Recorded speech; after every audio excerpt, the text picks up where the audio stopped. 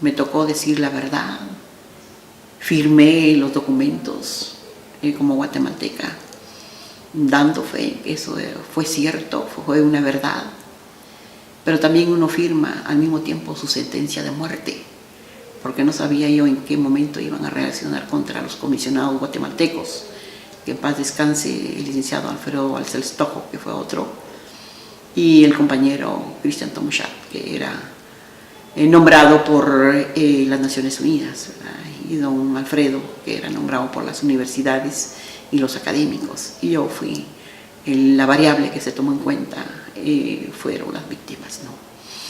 Entonces, en este sentido, hicimos este trabajo, pero el propósito era decir, aquí está la verdad, aquí está la información, y dejamos abiertas las puertas para que otras organizaciones hicieran también una investigación de ajustes, reajustes o de corroboraciones, y que sirviera para que Guatemala se diera cuenta lo sucedido en 36 años de guerra, y que nos sirviera también a los guatemaltecos como reflexión y conocer la historia. Por eso retábamos al Estado guatemalteco para que eso se diera desde la preprimaria, primaria, todos los niveles educativos, con el propósito de que las nuevas juventudes o las nuevas generaciones leyeran, se enteraran de lo sucedido.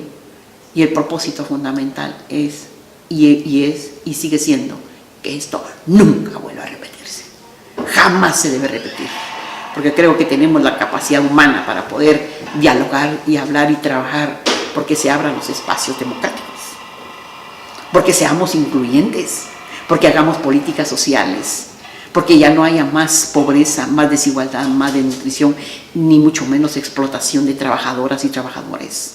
Eso no se puede volver a repetir.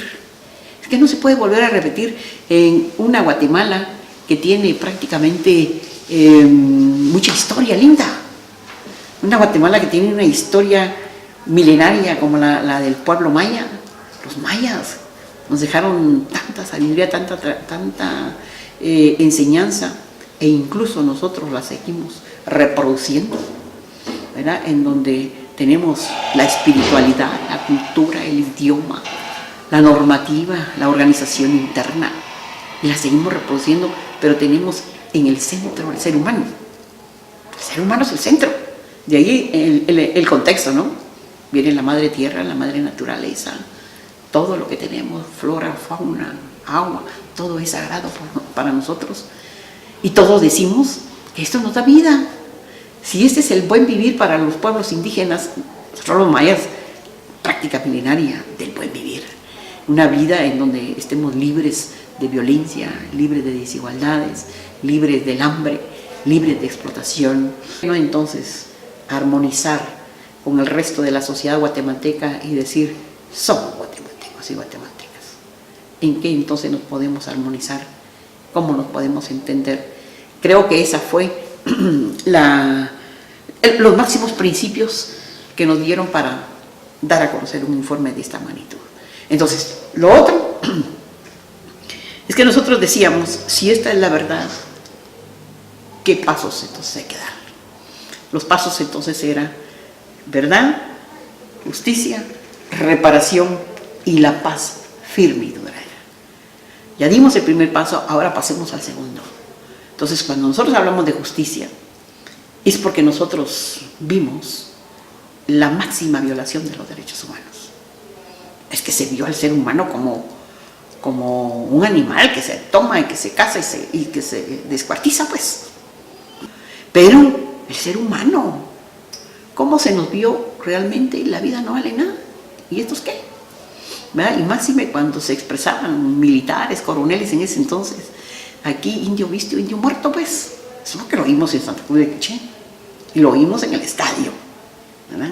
Que si no había, digamos, una oportunidad de podernos en organización como patrullas de autodefensa civil, se nos iba a quitar la tierra, se nos iba a quitar la propiedad, y por otro lado, todo aquel desobediente tenía que también tener un castigo o una sanción. ¿Qué era el castigo para ellos? Castigo, no cabe duda que era eliminarnos, exterminarnos totalmente. Creo que fue su política, ¿no? Fue una política decretada por los militares y civiles que estaban también en esa época de los 78, 79, 80, 81, 82, 83, esa temporadita. Claro, la violencia álgida se vivió en el 81, 83. Esa fue la máxima.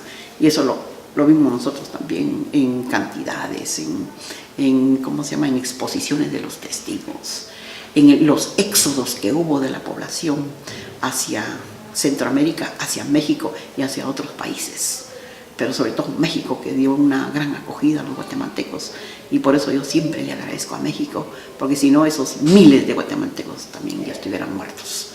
Creo que fue un momento muy doloroso, por eso le denominamos tragedia, y como tragedia fue una locura que se cometió en Guatemala.